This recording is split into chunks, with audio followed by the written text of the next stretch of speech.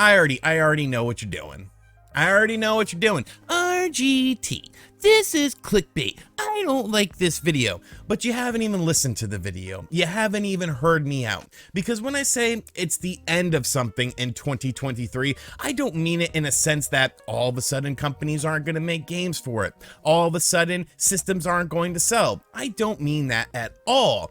I'm talking about it from a different perspective, from the perspective of Nintendo themselves, based on their past history. Looking at what they've done with their home console releases, there's always one thing that's always a very consistent thing. And this thing is actually happening in 2023, and it's on the software side of things, which makes me believe that maybe Nintendo might be closing the door a little bit on the Nintendo Switch for whatever's next on the horizon. Now, before we get too deep into this video and you get too angry, I'm gonna give a huge thank you to today's sponsor, Raycon. Buying gifts for people at Christmas time sucks because, let's be real, you don't really know what they want. Oh look, a dirty spoon. Thanks, Grandma. So let's take the guesswork out of this equation and get something that your friends or loved ones will actually like and use, a set of Raycons. Raycon wireless earbuds, headphones, and speakers offer premium sound, tons of useful features, comfort, and quality for about half of the price of the competition. I use my variety of Raycon products every single day. This right here is pain. Misery. But at least I have my Raycon everyday earbuds in so that I can listen to the soothing sounds of Michael Bolton, and I don't have to worry about them getting wet as they are waterproof. And with 32 hours of battery life, I'll have plenty of time for my mental breakdowns while fixing that friggin' car. And for the next month, Raycon is having the countdown to Christmas with a new pop-up flash sale deal every single day.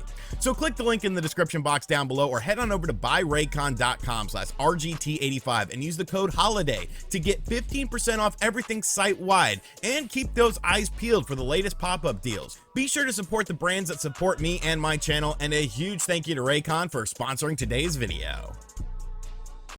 All right, so let's go ahead and break everything down because 2023, like I said, is going to be a massive year for all the video game companies. Go watch that video. Not a lot of you watched it, but I covered PlayStation, I covered Xbox, and of course, I covered Nintendo last. I'm going to be harking on some of those points, but delving much deeper into things with that because really there's a lot of things I want to say about it. When you look at the software library for the Nintendo Switch thus far, from the release of the system till today, it's been a very interesting ride. Obviously, that first year was just full of heavy hitters. A new Zelda, a new Mario, a new Xenoblade. It was absolutely incredible and unprecedented as far as a software lineup of Nintendo's is concerned in the past, modern era of Nintendo. It was absolutely stacked with new releases. Over the past few years, there's been better years, I feel. It all just boils down to what sort of games you like and what sort of games you gravitate towards. But I would definitely think that, there's been slower times more so than there's been bigger times. Of course, during that year of 2017, we got a new Splatoon and a new Xenoblade Chronicles. In 2022, we got a new Splatoon and a new Xenoblade Chronicles. It seems like Nintendo's been focusing on other franchises more so than other franchises. And I know there's a lot of F-Zero and Star Fox fans out there. Trust me, I'm one of you guys. I'm one of you too. But it just seems like Nintendo has their priorities set on certain franchises and a certain library when it comes to Switch software. But looking at 2023, we really only know about 3 first-party games. Technically 4, but I don't know what the status is of that game. We, of course, know about Fire Emblem Engage, a fine-looking Fire Emblem game. I think it actually looks better than 3 Houses. I like the art style more so. I think it's going to be a more enjoyable Fire Emblem experience because there's no school stuff. I'm a grown-ass man. I don't want to play in school areas. That's kind of weird. Unless it's Obscure, and Obscure 2, The Aftermath. I love those games, but they're survival horror. Then, of course, you have the Kirby remake, which I'm not even going to acknowledge. But we get to the piece de resistance. The big thing that this video is kind of predicating itself on, and that is The Legend of Zelda: Tears of the Kingdom. Now, there have been many Zelda games that have released for the Switch, really for the Wii U, and it's something that we now have had a lot of side games or remakes or remasters when it comes to these games. And of course, everyone loves them. I mean, these are timeless classic games, and being able to play them on more modern hardware with some quality of life improvements has been something that is a big win in my opinion. But when you look at the Legend of Zelda franchise, and when it comes to just the mainline titles and the release of these titles, there's always something that happens. On the GameCube, you had two mainline Zelda titles released. You, of course, had The Wind Waker, which came out on the GameCube, and then, of course, at the end of the GameCube's life cycle, you had Twilight Princess. Wind Waker, great game. Twilight Princess, a great game. But Twilight Princess didn't just come out on the GameCube. It also launched on the brand new system known as the Nintendo Wii, a fine version of the game. That's actually the version that I played and fell in love with my little waggle controls and all of that stuff. So let's take a look at the Wii. The Wii had two Zelda games on it as well.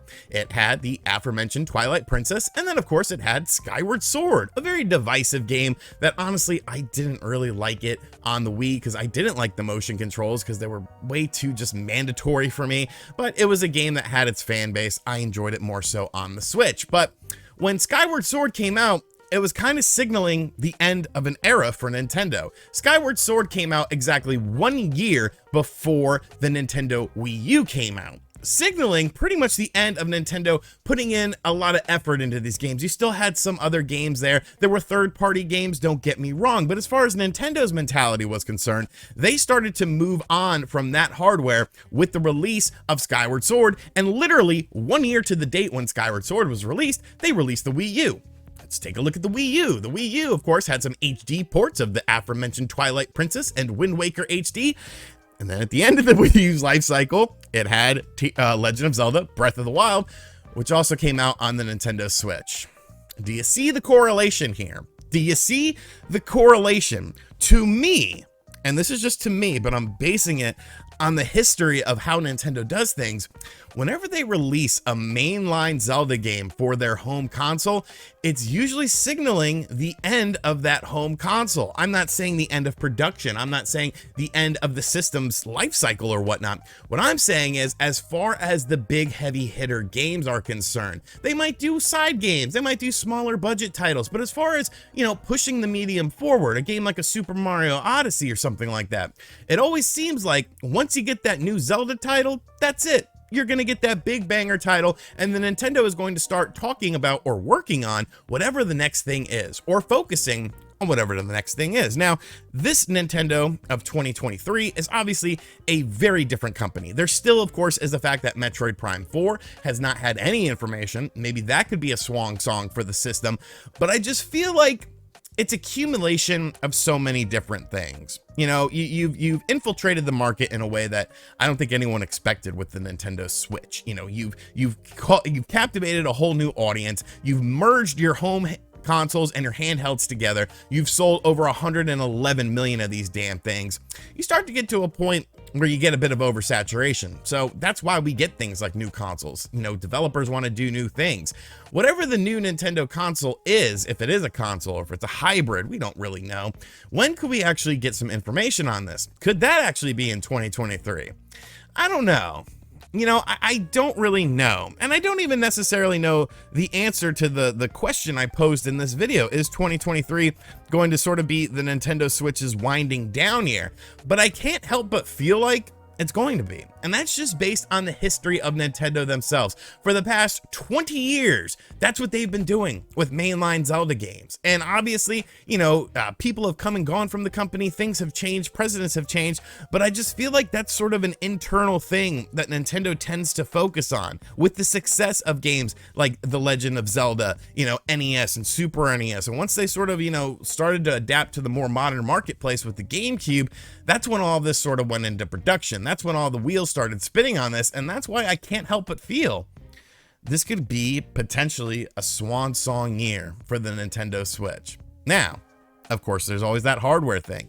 Is it a successor? Is it an upgrade? That's really going to be a key decision that Nintendo has to make. I don't think anyone can make that decision for themselves. You guys know me personally, I would love to see an upgraded model. That's what I would do, man. I would treat the Nintendo Switch like a tablet or a cell phone, where it gets incremental upgrades every couple years that does things like make the graphics look better and have better refresh rates and higher resolutions, a better screen as well, IPS technology, something like that, OLED technology if you want to keep exploring that. There's definitely a lot of options for Nintendo, but I think 2023 is going to be a year of surprises. It's going to be a crazy, chaotic year for Nintendo because I think something big is going to happen, just basing it on history. And the history of Nintendo shows that whenever a new mainline Zelda game comes out on their hardware, ever since, of course, Twilight Princess, something big is around the corner. Let me know in the comment section down below. Is this way too tinfoil hat for you?